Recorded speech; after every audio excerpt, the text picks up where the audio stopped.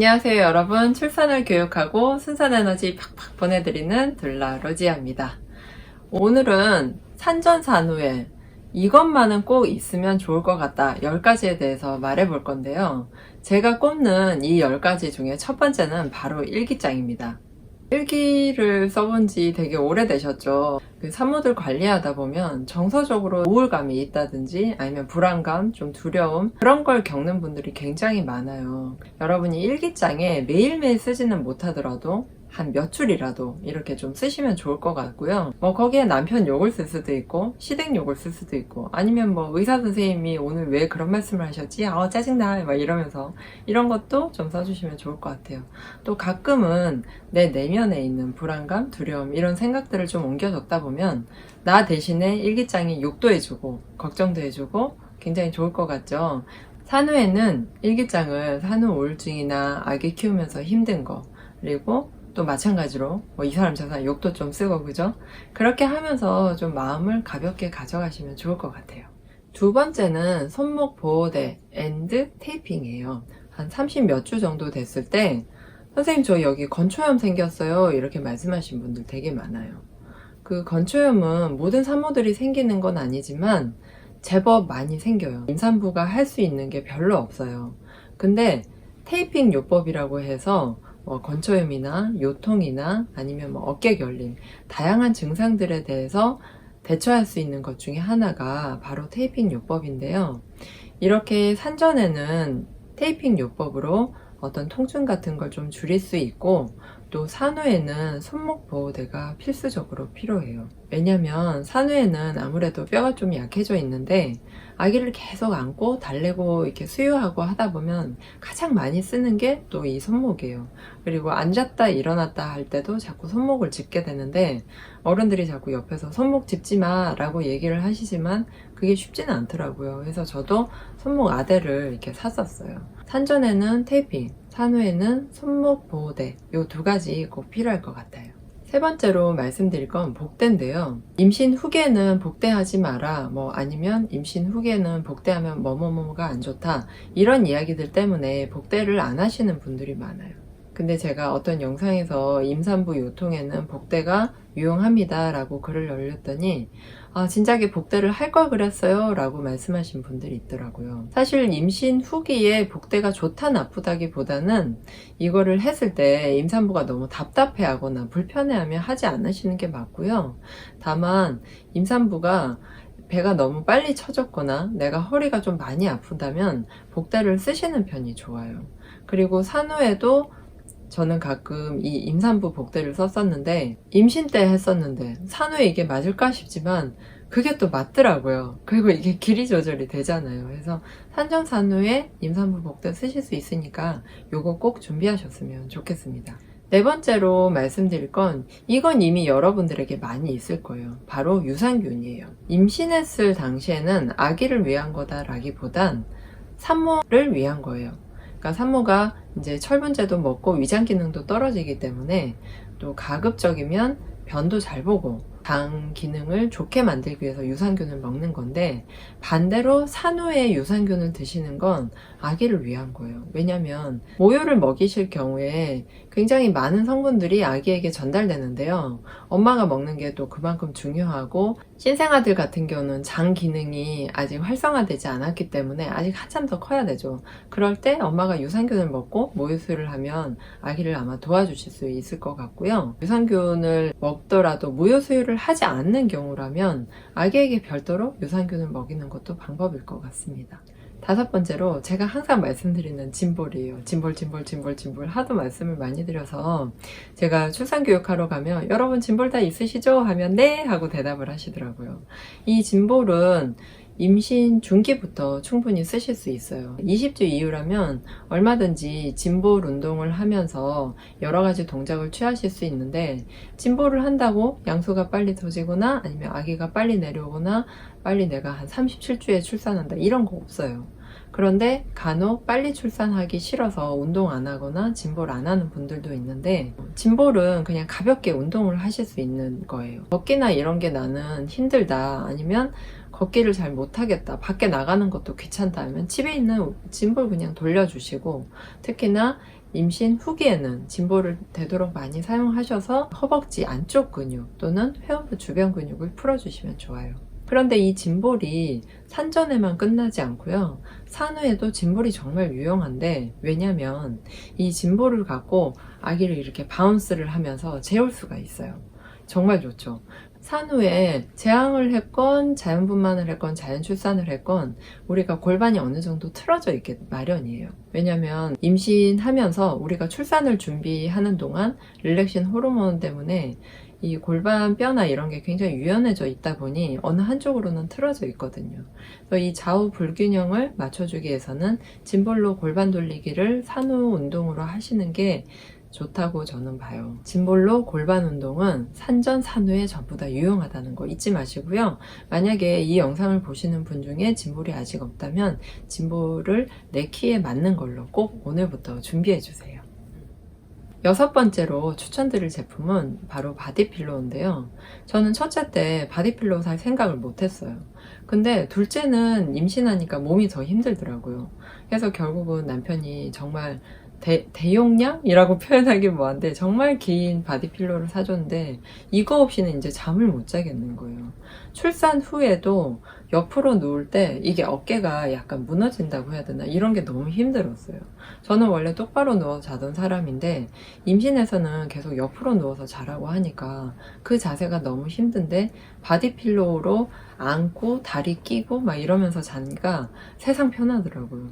근데 이거를 산후에는 어떤 용도로 쓰냐면 산모가 출산 후에도 쓸 수 있고 아기 경계선 만들어주는 데도 쓸 수 있고, 이 바디필로우가 좀 이렇게 모양이 여러 가지로 만들어지다 보니까 저는 그거 이렇게 만들어 놓고 아기 태어났을 때 기념사진 찍듯이 막 이렇게 저렇게 아기 잘 때 다양한 놀이를 하면서 그렇게 사진도 찍었던 것 같습니다. 7번째로 추천드릴 제품은 영양제인데요. 영양제를 뭘 추천해? 영양제 난 다 먹고 있어. 칼마디도 먹고 있고 멀티비타민도 먹고 있어. 이렇게 말씀하신 분들이 아마 태반일 것 같아요. 그런데 여러분 잘 아셔야 될 게 영양제라고 다 같은 영양제가 아니에요. 왜냐면 보통 임산부들이 먹는 비타민이 멀티비타민 아니면 종합비타민이에요. 그런데 임산부들은 임신을 했기 때문에 임신 전보다 필요한 영양소가 1.5배, 2배 굉장히 많아요. 멀티비타민이나 종합비타민의 맹점은 뭐냐면 이 양들이 굉장히 조금씩 들어가 있는 거예요. 이 한 알에 어쨌거나 영양소를 다 집어넣다 보니까 한계가 있을 거잖아요. 여러분들이 임산부에게 필요한 비타민 D 또는 임산부에게 필요한 마그네슘 이런 거 찾아보시면 실제 그 용량이랑 멀티나 종합 영양제에 들어가 있는 용량은 굉장히 차이가 많아요. 그래서 제가 권해드리는 영양제는 비타민 B를 따로 드시라는 거예요. 엽산을 다 드시고 임신 초기에 3개월 다 먹고 나서 엽산을 쭉 끝까지 드시는 분들도 있고, 엽산 먹었으니까 이제 더 안 먹어도 되겠지 하고 영양제를 안 챙겨 드시는 분들도 있는데, 비타민 B를 챙겨 드시면요 철분제 흡수라든지 아기에게 혈액 공급 이런 것들이 굉장히 좋아요. 그 외에도 비타민 B는 말할 수 없을 정도로 여러 가지가 좋고요. 엽산 자체도 비타민 B9이기 때문에 임신 초기에는 먹었지만 그 이후에는 비타민 B9을 따로 먹는 건 좋지 않다고 해요. 그래서 비타민 B는 비타민 B군 영양제를 따로 구입해서 드시고요. 자, 2번째로 마그네슘을 사셔서 이건 저녁 식사하고 드시면 좋아요. 제가 관리하는 산모들한테 이걸 항상 알려드리는데, 선생님 그거 먹고 잠도 잘 오고 훨씬 컨디션이 좋아졌어요 라는 분들이 되게 많아요. 참고로 이 마그네슘은 약이 아니라 건강 보조식품이기 때문에 일반인이 드시는 거 똑같이 드시면 되고요. 어떤 제품 먹어야 되나요? 이런 질문 많이 하시는데 이건 홈페이지 로지아랩에 가시면 잘 나와 있습니다. 8번째로 책을 추천해 드릴 건데요. 여러분들 임신하시면 주로 보시는 책이 임신, 출산, 육아, 대배과예요. 근데 이 책이 가장 많이 팔리긴 해요. 임신, 출산, 육아가 한꺼번에 있는 걸 자꾸 보세요. 근데 결국에는 내가 출산책, 임신책, 육아책 따로 보는 게 가장 좋아요. 이게 앞서 말씀드린 멀티비타민이나 종합비타민과 같거든요. 그래서 갖고 있는 정보가 어느 정도 한계가 있어요.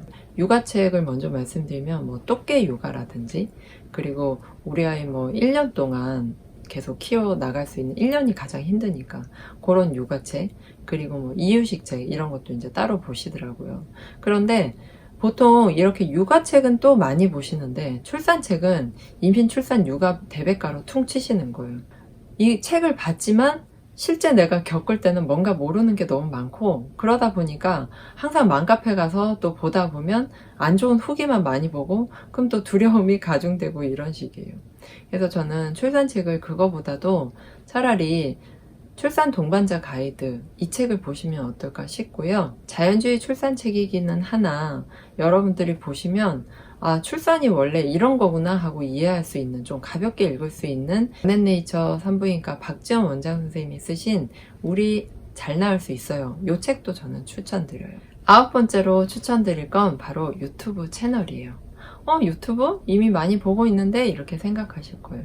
근데 이 유튜브 채널을 좀 나눠서 보셔야 돼요.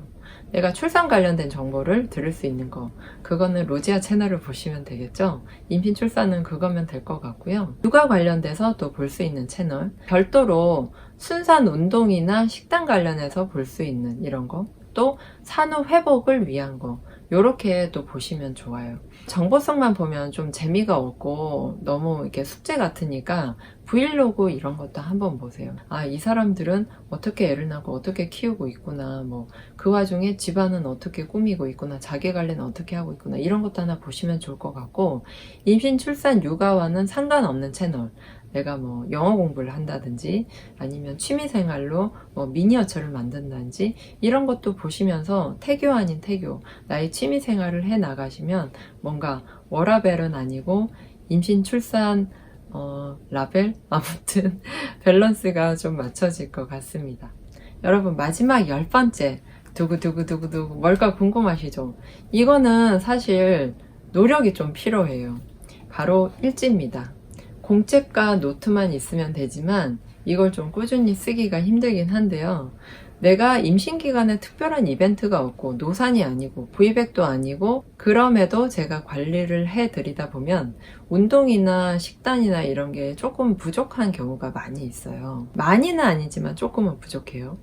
그래서 식단도 되게 간단해요. 우리가 흔히 생각하듯이 규칙적으로 먹고 또 자는 것도 규칙적으로, 이게 제일 좋겠죠. 몸이 그래야 적응을 잘하니까.